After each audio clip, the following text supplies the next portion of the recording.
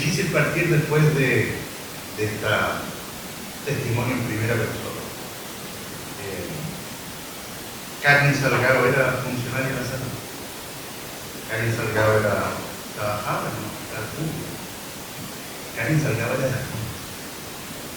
Por lo tanto, el objetivo de esta exposición, más que relatarle el contenido de la ley y cómo influye específicamente en materia de funcionarios públicos, el objetivo de esta charla es reforzarle el papel fiscalizador y de protección que tiene el Estado. No es fácil ser justo, pero esta ley, y se lo digo yo hablando con el presidente, yo he dedicado más de la mitad de mi vida a defender a los trabajadores de la salud. Es una ley que nos cambió el paradigma. ¿Ya? Siempre uno está acostumbrado a decir nada nuevo bajo el sol con respecto a la ley de salud. Pero créanme cuando les digo que esta ley es todo nuevo bajo el sol. Y es tan nuevo y es tan cambio radical que a veces a los que nos dedicamos a esto nos asusta las consecuencias que vamos a tener. Pero aceptamos el desafío, agradezco la invitación de la Federación, Pablo quizás muy de la abogada, y les quiero contar cuáles fueron los cambios que se hicieron. Pero para hablar de los cambios de la ley Caril, tengo que reforzarles también que como funcionarios públicos, como dirigentes, nosotros nos debemos a los trabajadores. Todos sabemos que nuestros lugares de trabajo, donde pasamos más tiempo que en nuestras casas, y que muchas veces pasamos más tiempo con nuestros compañeros de trabajo que con nuestra propia familia, son lugares donde hay experiencias negativas. A veces hay buenos compañeros, a veces hay malos compañeros, hay buenos jefaturas, hay malos. Y si a esto uno le suma la simetría que hay en la estructura jerárquica de la función pública, no nos olvidemos que nuestro estatuto administrativo es una de las últimas leyes de la dictadura, de septiembre del año 81. Por lo tanto, se reforzaron algunos aspectos castrenses en la manera de relacionarse entre los trabajadores y los trabajadores. El principio jerárquico establece en el estatuto administrativo que incluso el funcionario, habiendo reparado por escrito una orden ilegal, igual tiene que cumplir. La única gracia es que se exige la responsabilidad, entre comillas, y los efectos de esa ley. ¿Qué pasa con los efectos de esa ley? Desde esa perspectiva, aquí viene el problema. Los directores o los jefes superiores del servicio, para referirme de manera amplia, siempre han tenido una potestad casi reactiva. Cuando ya sucede el acoso laboral o el acoso sexual, ellos ven, se instruyen en su área administrativa, porque también pueden no hacerlo. Y recién ahí empieza a hablar un sumario que nos dura los 20 días que dice la historia. Yo conozco a algunos que vamos a ir todavía. Por lo tanto, aquí ya viene un primer cambio. Hay una responsabilidad preventiva. Ahora los directores de servicios ya no van a poder estar sentados esperando que llegue el denuncie y la cosa laboral. Los jefes de servicio, y de ahí para abajo, todos los jefes, a veces hay más jefes que coordinadores. Sobre todo cuando vemos temas de calificación y nos enteramos una cantidad de caras. Bueno, frente a esa hipótesis, cada una de estas jefaturas va a representar al empleado. Y por lo tanto, dentro de esa perspectiva, cada una de estas jefaturas, ya por el solo hecho de llamarse jefaturas, sean o no sean, van a tener una obligación preventiva. Es decir, díganle a esas jefaturas que ya no tan solo tienen que hacer su trabajo, sino que tienen que estar pendientes de lo que está pasando en su servicio, en su departamento, en su vida. Son irrenunciables. Usted no puede renunciar a sus derechos esenciales y no los puede ni transar. Cuando digo transar es también. No se puede. Pertenecen a la persona. Y es por eso que cuando se entra a un lugar de trabajo, ellos parten como nosotros, como nuestra sombra que nos acompaña.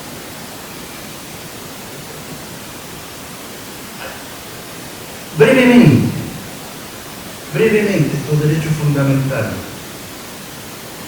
La vida y la integridad. Nadie puede, por el solo hecho de ser funcionario público, renunciar a que no respete el derecho a la vida y menos nuestra integridad.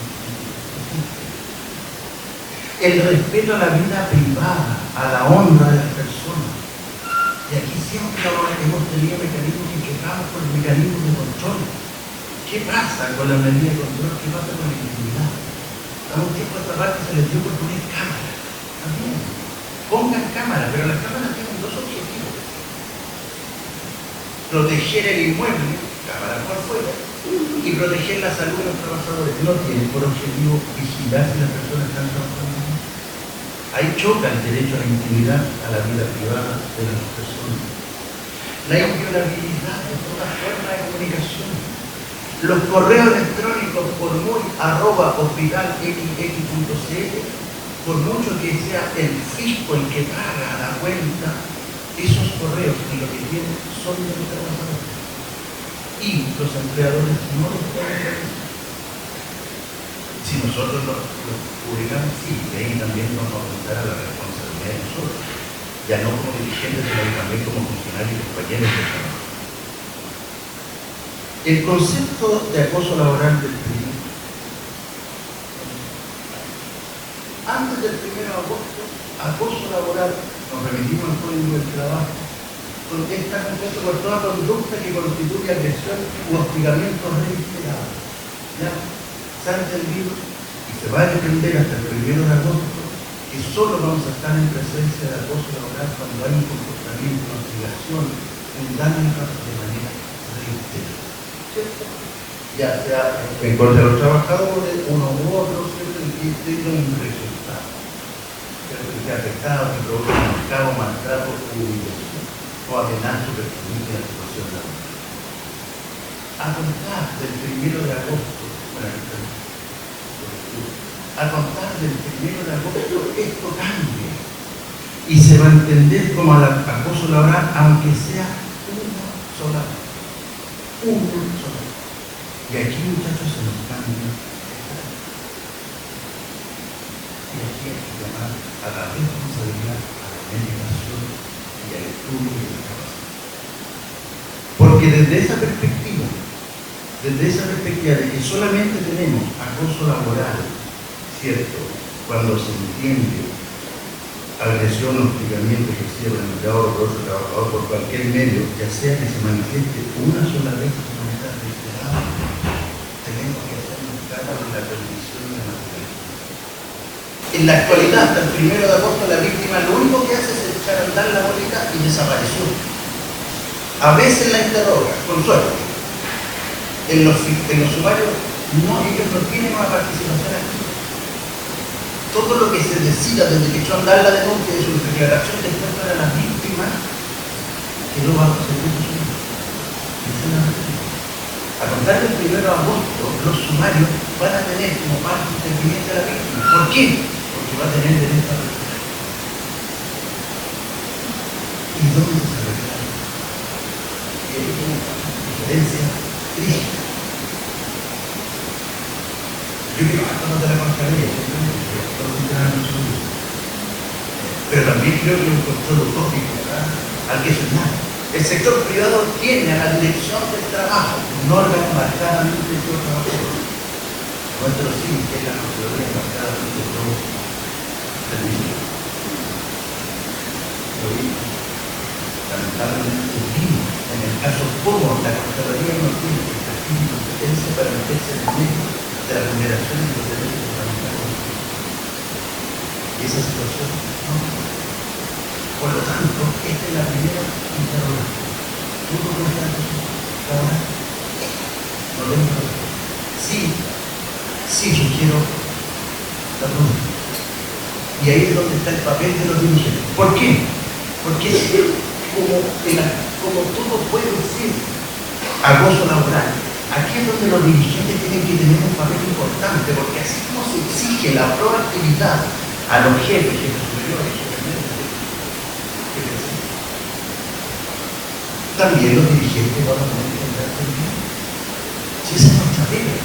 Esta ley nos impulsa a salir más aún a los lugares de trabajo, estar aún más receptivos. ¿Por qué? Porque el acoso laboral, la víctima muchas, de hecho ni siquiera es la propia víctima la que y este otro número que permite que un tercero denuncie un tercero. Tenemos problemas. ¿Qué pasa con un tercero que denuncia?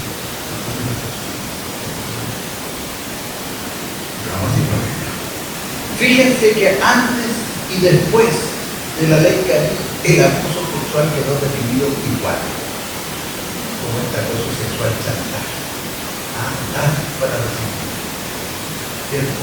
El que por cualquier forma, ¿cierto?, realice de manera indebida o cualquier medio requerimientos de carácter sexual no consentido por quien lo recibe. ¿Ya? Si tú no sales conmigo, yo voy a hacer que te. Si tú no vas a almorzar conmigo, o si almuerzas conmigo, yo voy a hacer que te robe la amistad. Ese es el acoso laboral chantaje, que es el más burdo, pero quedó definido. Hay una oportunidad de haberlo mejorado. ¿Por qué? Porque para que estemos en presencia de este acoso sexual tiene que haber una realización indebida de requerimientos de carácter sexual. Y a lo mejor lo pueden decir que es a la broma, pueden decir que es chiste, pero créanme que es la mejor. La perspectiva de género no implica tratar cierto igual a los desiguales, hay que tratarlo con su igualdad. Para que no nos vayamos a los extremos, pero significa reconocer que los géneros, cualquier tercera, tienen autonomía y derechos a ser respetados. Y estas bromas que se hacían antes, no corresponden. ¿Por qué? Porque fíjense que el acoso sexual, si usted lo ve, no tan solo ataca la integridad física, como la integridad sexual, como dice la definición del artículo 2. No es tan solo este requerimiento indebido de carácter sexual para mejorar. No, ataca todo. Ataca la dignidad, la honra. ¿Cómo se siente la víctima? ¿Cómo se siente la persona cuando lo mira libidinosamente? Con acto. Se afecta la dignidad. O cuando el beso pegoteado. ¿Le están haciendo un requerimiento de carácter sexual? No. Haciendo pegoteado. Tenemos que entender eso. Tenemos que entender que el bien jurídico protegido es la honra, la privacidad, la libertad sexual, la integridad física y psíquica. Hay que mantenerlo. Si no logramos entender esto, vamos a seguir cayendo en la monotemática y la definición de la cosa. Y los tiempos ya no están. Yo creo que es un cambio que va a no se aprovechó la oportunidad, no se recogió. Pero esta definición, yo creo que esta es la definición que vamos a tener. Porque los dirigentes no tan solo estamos, ¿cierto?, para defender, sino que también para. Yo he tratado de varios horarios diferentes. Otro aspecto que también se nos quedó afuera, el acoso sexual ambiental, entiende por ambiente estilo intimidatorio. Ya este acoso sexual donde la gente se conoce. Yo estoy hablando de ejemplo de la lengua de un paradero de micro, donde por muchos años los mismos choques de micro y había una señora que hacía mucho. Y esta señora tuvo la mano enviando de quedar embarazada. Todos los choferes que la conocían le daban chistes, le hacían chistes, por son baratos, pero los chistes buenos, los chistes duros. Y la señora logró que le condenaran por la cosa. No había requerimiento de carácter sexual, no había nada, solamente le hacían chistes de los baratos. Y si no te lo preguntan a mí. Por lo tanto, eso también tenemos un problema. Eso tenemos un elemento en los ambientes de trabajo pueden ser acosados bajo el ambiente de trabajo. Por eso tiene un cambio radical. Con esta descripción normativa, no hay ningún lugar de trabajo que permita la violencia física ni verbal. ¿Es bueno? Claro. Pero nosotros, ustedes van a decir, que nosotros bienestar y salud. Todas las que nos refieren a los hospitales públicos, la estructura de servicios de máquinas de llanto, los estudios y cariño y todo lo demás. Yo digo 25%. A lo mejor le entonces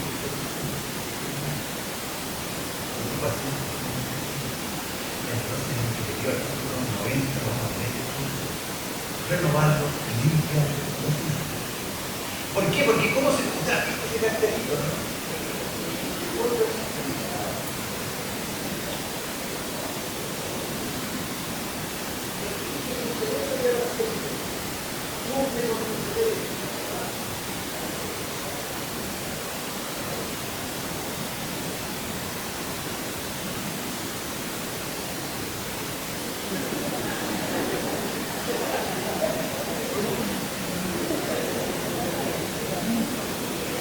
Se puede decir que con eso se está cumpliendo la ley, porque más encima es chiquitito. Por lo tanto, aquí ya tenemos otro lugar donde entrar a trabajar. Vamos a ver específicamente a los funcionarios públicos y a los funcionarios de la salud. Va a haber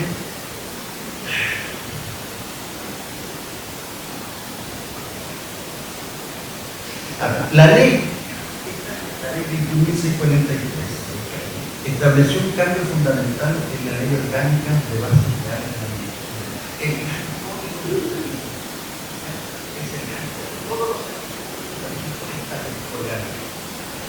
Y en ella se establece que asimismo la función pública se ejercerá propendiendo al respeto de los derechos de toda persona con ocasión del trabajo, a disfrutar de un espacio libre de violencia, acoso laboral, sexual.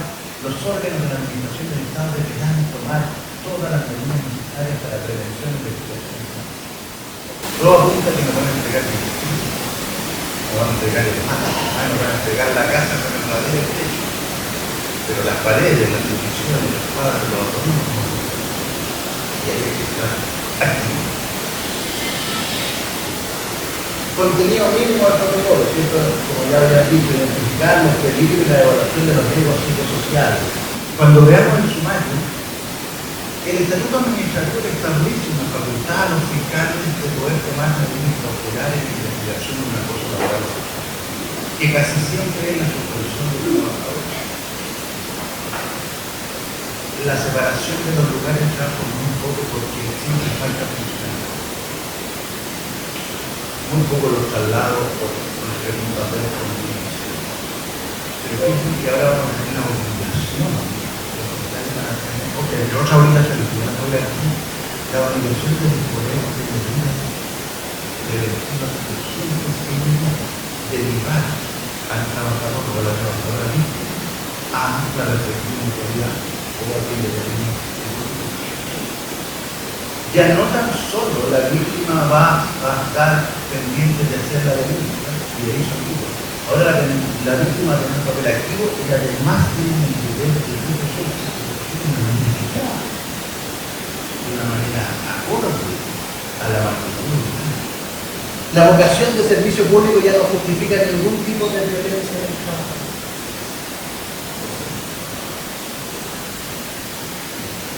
La necesidad de capacitación de los funcionarios y funcionarios.